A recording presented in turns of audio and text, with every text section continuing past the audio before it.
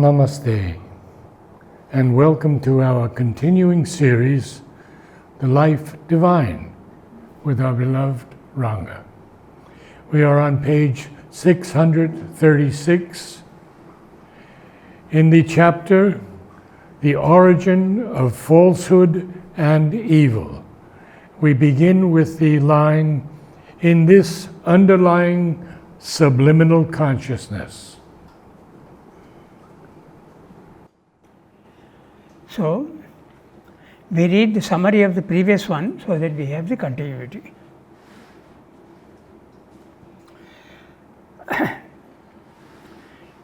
Srimna is talking about first of all the involution and then now the evolution. And in the involution, there is no evil and there is no falsehood. But in the evolution, because you are starting from inconscience, you don't know where you are going, there is no consciousness. So, possibility of error is there, and if error is there, wrong thoughts, wrong decisions, and therefore evil and falsehood can come in. Okay. So, he is now talking of the life element coming out from the matter, from matter. The animal individual is the first living creature to have a conscious self-affirmation. It has to rely on two sources for its knowledge to deal effectively with a hostile world. The hostile world is necessarily hostile because there are dualities here. That's why. When the infinite consciousness expresses itself, it expresses itself infinitely, and therefore it expresses itself in one pole and the other pole. They seem to be opposites, and that's how the dualities come into existence. So it has to struggle. And this, he is talking of the animal individual, but the animal individual starts from even the amoeba, the smallest unit of life, the unicellular creature. There is a minimum surface semi-conscious awareness of the world which is unknown to it, totally unknown in the beginning. When life comes in, it has come into a field in the physical world where it doesn't know how to deal with the environment. There is a fundamental underlying consciousness force as a base in the inconscience of matter which sends up to the surface some vague indications of how to deal with the matter at hand. This indication is what we call instinct in animals. Largely, it works flawlessly, even if mechanically, unless there is an interference from the surface ignorance which knows not what to do in a given situation.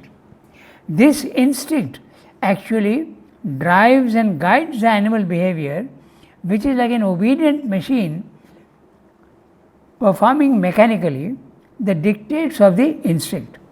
The animal does not possess the instinct. It is the instinct that possesses and drives the animal. This much he has said. Then, there are two sources of knowledge for the living creature. The first source of knowledge is the instinct. The second source is the surface sense contact with the external world. So, we know that there is an involution, and the involution is knowledge. So, there is knowledge, however diminished and however hidden in matter. So, that is the first source of knowledge when it comes up. A little bit of that knowledge is given to the animal, which it is able to receive. It will not be able to receive the whole thing. So, whatever it is capable of receiving, that knowledge comes from within. But there is the environment with which it has to deal. So, when it interacts with the environment, at first ignorantly, then it learns how to deal with this thing. Even machines have the capacity to learn what is called feedback. The artificial intelligence in computers also learns how to deal with new situations. That is the knowledge coming from the outside world. So, knowledge from inside, the involved knowledge, and the knowledge accumulated by experience in the outside world, helped by the knowledge within. Okay, so now, but it is the basic underlying knowledge referred to earlier, that allows the mere sensation to become knowledge. In other words, when the animal has to face the hostile environment, there are forces that impinge upon it, and it doesn't know how to deal with it. But by repeated things and by suggestions from the inner knowledge, it learns how to deal with the outer condition. Okay, so And is it always carried forth generation to generation? yes, that knowledge which it is acquired, it is stored in the gene and then it is passed on to the next generation. So that allows the mere sensation to become knowledge. If this underlying knowledge were not present, the sensation would not turn into knowledge. Now that's interesting. So first the animal, when it meets, there is a sensation from outside. The contact produces a sensation, and that sensation is merely first a sensation. But it learns how to deal with it. Suppose there is water, it wets it. Okay?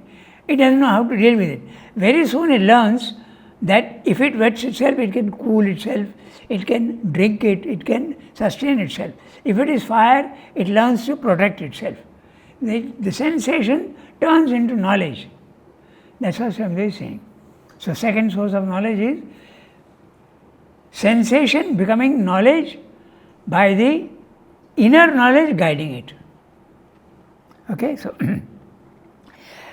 if this underlying knowledge were not present, the sensation would not turn into knowledge.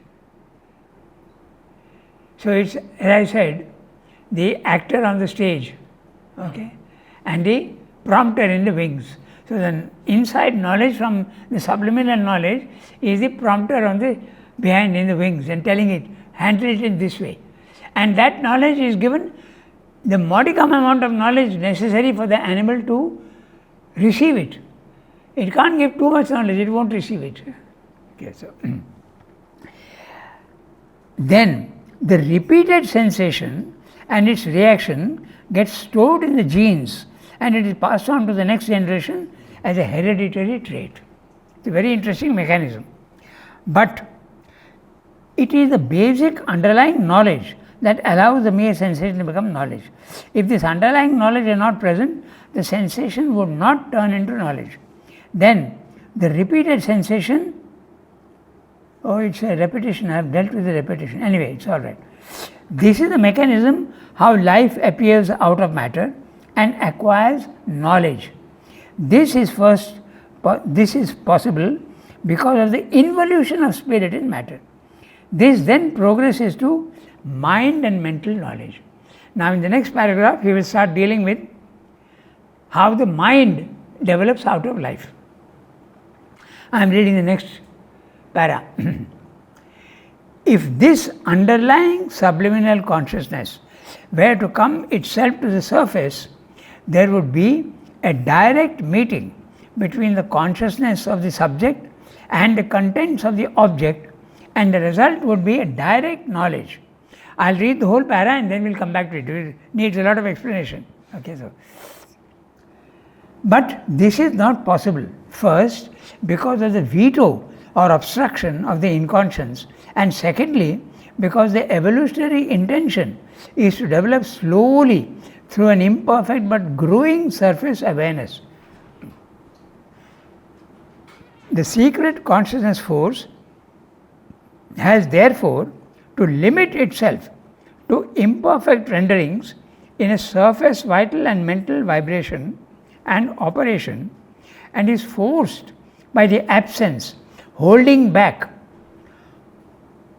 or insufficiency of the direct awareness to develop organs and instincts for an indirect knowledge.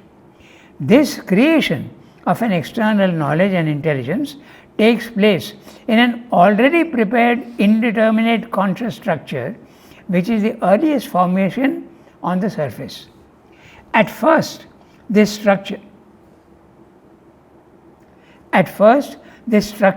is only a minimum formation of consciousness with a vague sensational perception and a response impulse. But as organized life As more organized forms of life appear, this grows into a life mind and a vital intelligence, largely mechanical and automatic in the beginning, and concerned only with practical needs, desires, and impulses. All this activity is in its initiation intuitive and instinctive. The underlying consciousness is translated in the surface substratum into automatic movements of the conscious stuff of life and body. The mind movements, when they appear, are involved in these automatisms. They occur as a subordinate mental notation within the predominant vital sense notation. But slowly, mind starts its task of disengaging itself. It still works for the life instinct, life need, and life desire, but its own special characters emerge: observation, invention, device, intention, execution of purpose, while sensation and impulse add to themselves emotion and bring a subtler and finer affective urge and value into the crude vital reaction.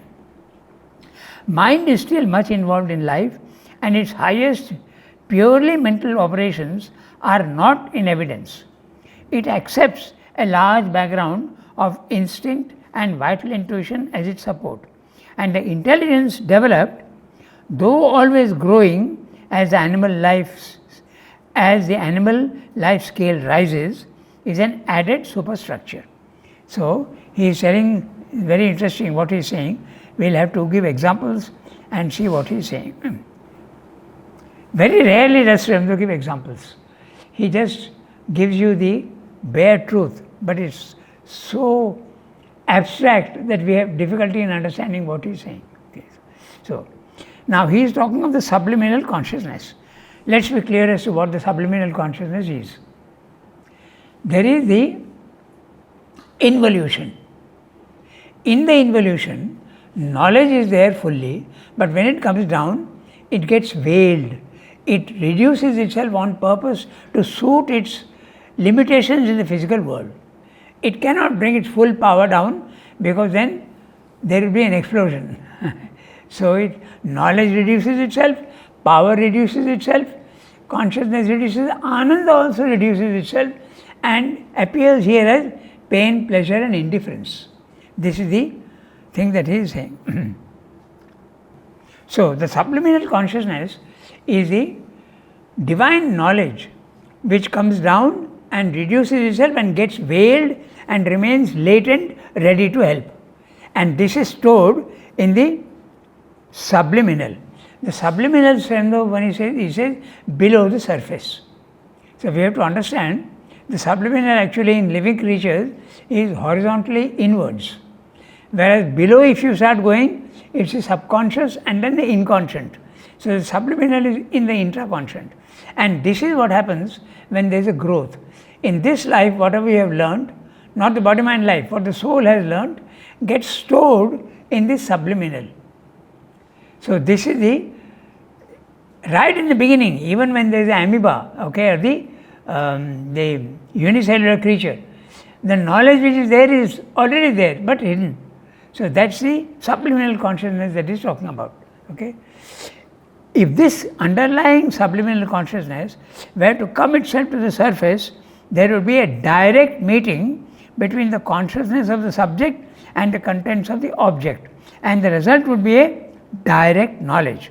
He is talking of indirect knowledge and he is talking of direct knowledge. 2 chapters earlier, he has discussed this. The indirect knowledge is knowledge gained through the senses. But direct knowledge is when my consciousness is contacting the consciousness of the object, they two meet, and because consciousness is the same everywhere, consciousness meets consciousness and understands what it is. So knowledge is direct without the intervention of senses. When Sri Aurobindo says it has to happen very slowly. Yes. But when it happens, take a very good example. When Mother, in her vision in France, saw Sri Aurobindo and saw herself bowing down, she understood nothing at all. She wondered what this is all about. What is this? Who is this? She didn't know. But when she came to Pondicherry and saw Sri Aurobindo, immediately she understood. Why? Because his consciousness and mother's consciousness are the same, and when they meet, there is mutual understanding of each other. So this is what he is saying. Now, this is also how the psychics come to know certain things which normal human beings can't. Okay? The direct knowledge is what he is talking about. Direct knowledge is when I touch something, the consciousness in me contacts the consciousness in the object, and then knowledge comes up. That's how the psychics know things. Missing persons are traced in this way. Okay? It's not uncommon. Okay? So you touch, and this is inherent in twins, for instance, because they are tuned to the same level. So one twin can understand immediately what's happening to the other twin because there is a constant vibrational equivalence. So this is what we're saying, direct knowledge. So if the senses were not there and the subliminal knowledge came up, you could contact the outside world and have direct knowledge without senses. This is what he is saying. Okay, so but this is not possible. Why? First, because of the veto or obstruction of the inconscience, and secondly, because the evolutionary intention is to develop slowly through an imperfect but growing surface awareness. Now we should understand this. So the matter is inconscience, and so it does not allow consciousness a very easy play. It does not allow. So that's a veto of the matter. Okay, that's what he is saying. So an obstruction of inconscience, and secondly, because the evolutionary intention is to develop slowly through an imperfect but growing surface awareness. So we can question as to why evolution should be slow. Again we come back to the same thing, that the divine consciousness is so perfect that when it has come down here, it has limited itself, because again we go back to fundamentals. Manifestation implies form, and form is limitation.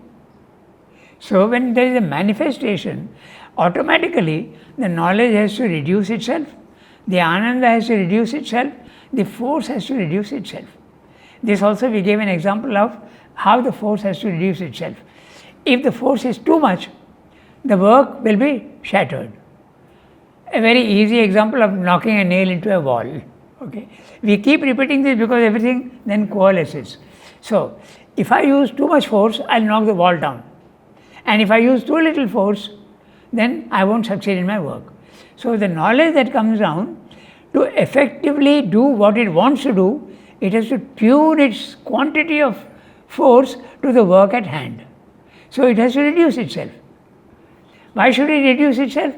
Because this is a field of finiteness. So in the finite field, you cannot use infinite force. You have to use finite force. That is infinite. This is finite. Okay? So that's what he's saying. The conscious, if the intuition was not there, the inherent knowledge, you don't need senses. You could have directly contact. But the inconscience is not allowing it to happen. Now, very often we see these children, 3 or 4 years old, playing Rachmaninoff. How does the body? Oh, that is because of the obstruction of matter has become much less now because of the supramental manifestation. So even children, they can pick up very easily because their consciousness is more open. We have grown up 80 years earlier, before the manifestation of supermind. But after the manifestation of supermind, fantastic things are happening. Those who are born now, they are being born with the consciousness which is already manifested here. So that's why 2-year-olds are already learning how to do things even doing mathematics, even understanding. 11-year-olds are teaching postgraduate students in America. There is that famous boy from Bangladesh. He is a 9-year-old, now he is about 16, 17, but he was teaching physics in college. When he was 11. Yes, that's right. And also, phenomenal kids are there. They are called the indigo children. So that is because of that. And this will grow more and more. This will become more and more obvious. So the inconscience is, Srimad wrote this 100 years ago. Now after the supramental has come down, the resistance of the inconscience is definitely reduced. That's why this is possible. Small children doing, playing pianos, writing poetry, and doing all sorts of understanding things. Okay, so. But this is not possible, first because of the veto or obstruction of the inconscience, and secondly because the evolutionary intention is to develop slowly through an imperfect and growing surface awareness. We can question why it should be slow, because the truth is infinite and here is finite. So how can the finite understand the infinite immediately? It has to necessarily be a slow process. So it's not an intentional slow process. It is that it has to grow slowly, dealing with 100 things. So if you deal with one, you find that there is another problem here. So you deal with that problem, you see another problem. So that is why in The Mother, Sri says, Maha Saraswati, her work is very slow and perfect. She sees to all the defects and corrects them. That is how it has to be slow. But that the more the resistance of the inconscient reduces, the faster will be the evolution. And that's exactly what's happening now. Okay, so the secret consciousness force has therefore to limit itself to imperfect renderings in a surface vital and mental vibration and operation, and is forced by the absence, holding back, or insufficiency of the direct awareness to develop organs and instincts for an indirect knowledge. So he is talking of the first forms of life where there are no senses, only the sense of touch.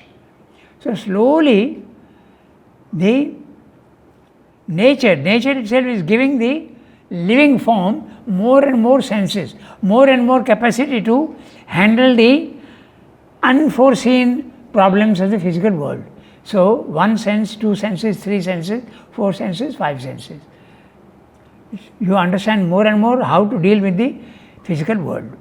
Okay, so this creation of an external knowledge and intelligence takes place in an already prepared indeterminate conscious structure, which is the earliest formation on the surface. At first, this structure is only a minimum formation of consciousness with a vague sensational perception and a response impulse. He is talking of the lowest forms of life with only one sense, touch. The unicellular creature has only touch, nothing else. Okay? So nature gives it more and more senses. At first, this structure is only a minimum formation of consciousness with a vague sensational perception and a response impulse. There is a impulse and then a response impulse. Okay. But as more organized forms of life appear, more organized forms of life, more and more senses appear, this grows into a life mind and vital intelligence, largely mechanical and automatic in the beginning, and concerned only with practical needs, desires and impulses. Examples of this is very clear, largely automatic and mechanical. Okay? We gave many examples. The newborn baby automatically goes to its mother and suckles. How does it know that? So it doesn't know. Or a bird which makes nests. Okay. So, and a complicated nest. How do they know that? It's a inherent knowledge which is there, which he is calling instinct. Okay? There is no mental thought. It's not a mentally thought out thing. It's a automatic, mechanical but automatic knowledge. This knows how to build a nest, how what to do. Okay? Even the cat, before the kitten comes, is looking for a secret place. It finds out where it can have the kitten. You see, it's going here, going there, all sorts of things.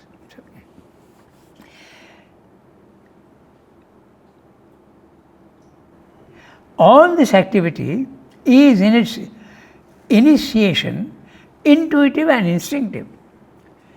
No mental thought. The underlying consciousness is translated into the surface substratum into automatic movements of the conscious stuff of life and body. Now note, interestingly, he is talking also of the consciousness of the body. Now this will explain, the consciousness in the body explains what he is saying here. The consciousness in the body, when will you say that there is consciousness? When there is intention and motive, then you will say there is consciousness. Okay? If the plant needs light, so if it goes towards the light, there is intention in it. You turn a pot upside down, it won't grow down mechanically, it will go up. There is an intention. The root knows how to get water. It is hydrophilic. It knows it wants water, so it goes and looks for water. So there is intention. Exactly in the same way in our body also, the heart is pumping. It's not a mental operation. It's a vital operation. But it knows exactly what to do. Suppose there is a blockage, it builds its side things. Doctors will be able to tell you more accurately, but the body knows how to repair itself. The best way is, suppose you have a cut. The body knows instinctively, not mentally, that this is harmful to it. It produces and it coagulates the blood so that it seals the. This is a knowledge of the body. The kidney is also doing that, purifying the blood. How does it do that? Another interesting thing also, suppose if you eat meat, the stomach digests it, right? But the stomach itself is meat. Why does it not digest itself? Again, nature gives, it coats the stomach with a lining of something which protects it. And sometimes the mechanism can go wrong, and then you develop ulcers. Okay? So sometimes the mechanism can go wrong, but mostly it is perfect. It is very, it works mechanically, automatically very well without any change of circumstances and without any other. If the mind interferes, then it doesn't work. That's what Shabda is saying. The mind movements, when they appear, are involved in these automatisms. Now what does he mean by that? He means that mind is there in life, and life and mind are there in matter. It is coming up, but it is not yet manifested itself. Mind is there in life, but it is not manifested itself. They occur as a subordinate mental notation within the predominant vital sense notation. Okay? There is a sense, and the mind is there behind, waiting to express itself. Okay, so, but slowly, mind starts its task of disengaging itself. It is involved in the beginning, but it disengages itself and develops a capacity to be independent of life. In the beginning, it is stuck in life, but it slowly comes out, it emerges. Okay? But slowly, mind starts its task of disengaging itself. It still works for the life instinct, life need, life desire, but its own special characters emerge. So, these list of what he is saying are mental characteristics, they do not exist in life. Observation, looking at things and understanding. Okay? Invention, there is no invention in the life element, it is mechanical, automatic. Okay? Device, it can construct things. Intention, execution of purpose. while sensation and impulse add to themselves emotion. And finally, emotion also comes in. In the beginning, it's like a machine. He has used the word response impulse. There is a sensation that comes and you receive the sensation without any understanding of what it is. The fire comes, you have a response. The water comes, you have a response. It's automatic. There is no knowledge involved. But finally, when life learns that this is fire, I have to protect myself. So knowledge comes in. And knowledge is, after all, element of mentality is there. Okay? So slowly the mind disengages itself and then helps the life. In the beginning, it helps the life. We know that very well. Our mind is always supporting the vital. So that's what Srila is saying. Okay? Largely mechanical and automatic in the beginning and concerned only with practical needs. All this activity is in its initiation, intuitive and instinctive. The underlying consciousness is translated in the surface substratum into automatic movements of the consciousness of our life and body. Now, the mind movements, when they appear, are involved in these automatisms. They are involved. They are not manifested. They occur as a subordinate mental notation within the predominantly vital sense notation. But slowly mind starts its task of disengaging itself. It still works for the life instinct. Mind is only helping the life instinct, life need, life desire. Even in man this is very obvious. But its own special characters emerge. Observation, invention, device, intention, execution of purpose. All these are mental characteristics.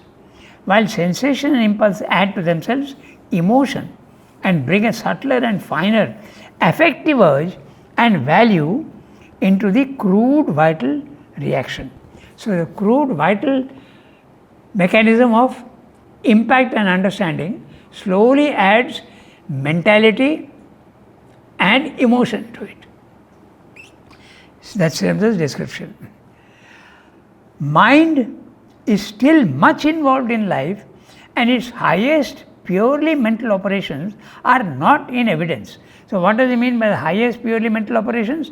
Reason, the capacity to think of that which is not already there. For instance, the animal can never think of truth, or it can never think of an ideal. It's not possible, but man can. So those are the highest purely mental operations. The thought of God never occurs to an animal. It only occurs to man. That also rarely perhaps. So, and vital importance is such. And the intelligence developed, though always growing as the life and as the animal life scale rises, is an added superstructure. So the mind becomes a superstructure to the life. We'll read the next para and see whether we can understand what he's saying. Now, when human intelligence adds itself to the animal basis, this basis still remains present and active, but it is largely changed, subtilized and uplifted by conscious will and intention. The automatic life of instinct and vital intuition diminishes and cannot keep its original predominant proportion to the self-aware mental intelligence. Intuition becomes less purely intuitive. Even when there is still a strong vital intuition, its vital character is concealed by mentalization, and mental intuition is most often a mixture, not a pure article. For an alloy is added to make it mentally current and serviceable. In the animal also, the surface consciousness can obstruct and alter the intuition, but because its capacity is less, it interferes less with the automatic, mechanical or instinctive action of nature. In mental man, when the intuition rises towards the surface, it is caught at once before it reaches and is translated into terms of mind intelligence with a gloss or mental interpretation added, which conceals the origin of the knowledge. We'll explain this. Instinct also is deprived of its intuitive character by being taken up and mentalized, and by that change becomes less sure, though more assisted, when not replaced by the plastic power of adaptation of things and self-adaptation proper to the intelligence. The emergence of mind in life brings an immense increase of the range and capacity of the evolving consciousness force. But it also brings in an immense increase in the range and capacity of error. For evolving mind trails constantly error as a shadow that grows with a growing body of consciousness and knowledge. So, very interesting what Sridhar is saying. First there is matter, then life comes out, mainly mechanical reactions. But slowly it learns how to deal with the outside world, and that's a knowledge that it acquires from the outside world, and it is stored in the genes and passed on to the race. Now when mind comes up, life is still dominant, matter is still dominant. Okay?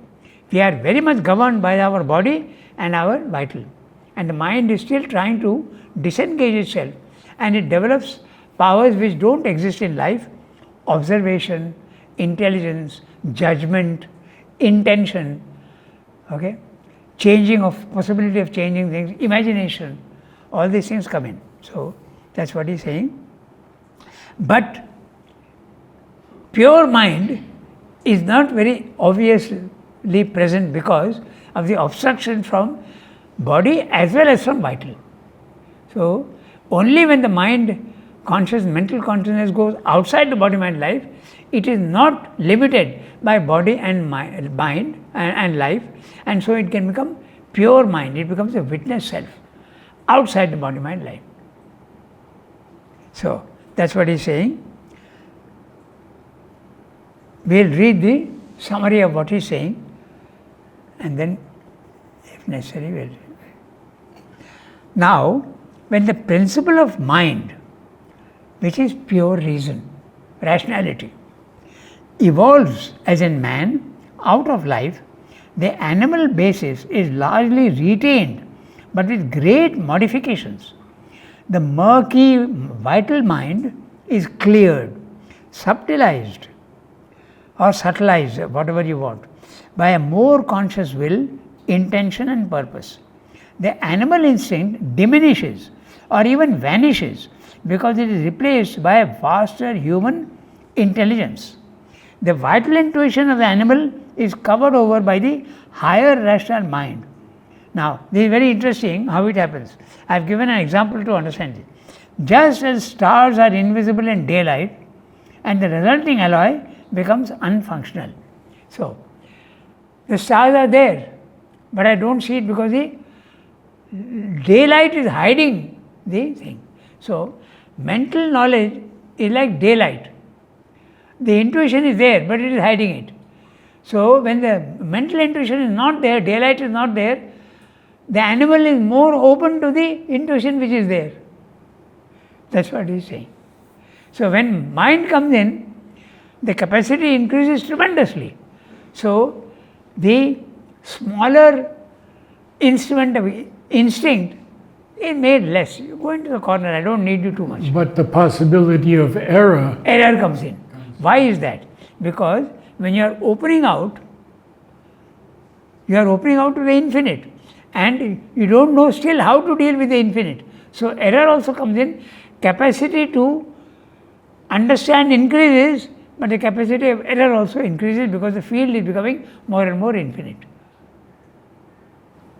That's what he's saying. Okay, so in the animal also, the lower intuition from the subliminal can be obstructed by the vital mind, but its capacity of obstruction is less and cannot hide intuition, which becomes instinct. Thus, this automatic intuitive animal instinct is more functional in the animal than in man. But in man, when the subliminal hidden knowledge rises to the surface, it gets mixed with mental substance and is experienced as a mental movement. You don't recognize it as an intuitive knowledge. You think it is mind. Okay, so you think it's a thought. That is how also animal instinct fails in man unless the pure reason's power of adaptation is developed. Now, adaptation is not very much present in the animal, but in man, adaptation is very much there. He sees himself and he thinks of other possibilities and he knows how to deal with it. So, adaptation is a mental characteristic. So, if adaptation comes in, then he can make use of that to have the intuition also. Mind consciousness, pure reason in man, brings in a powerful change far different from the animal state. But along with increase of knowledge also comes increase of error, which grows in proportion to knowledge. That's what he's saying in the para. We stop here? Yeah, I think so. Good. Okay. Namaste all. And we will see you again on Saturday.